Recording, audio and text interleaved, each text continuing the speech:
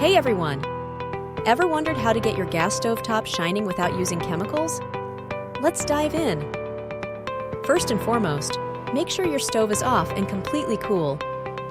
Start by carefully removing the burner grates from the stovetop. Now, place those grates in the sink. You're setting the stage for a deep clean. One of the star ingredients? Regular white vinegar. You probably have it in your kitchen already. And our second ingredient? Just simple water. Told you, we're keeping it easy. Start by adding water to your spray bottle. Easy peasy. Next, pour in the white vinegar. You're almost ready to go.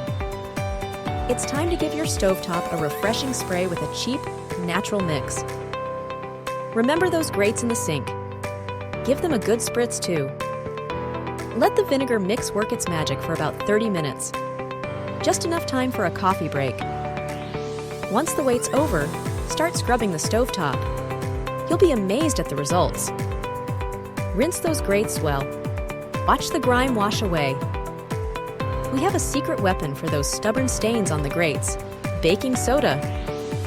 Add about 1/4 cup of baking soda to a bag of water.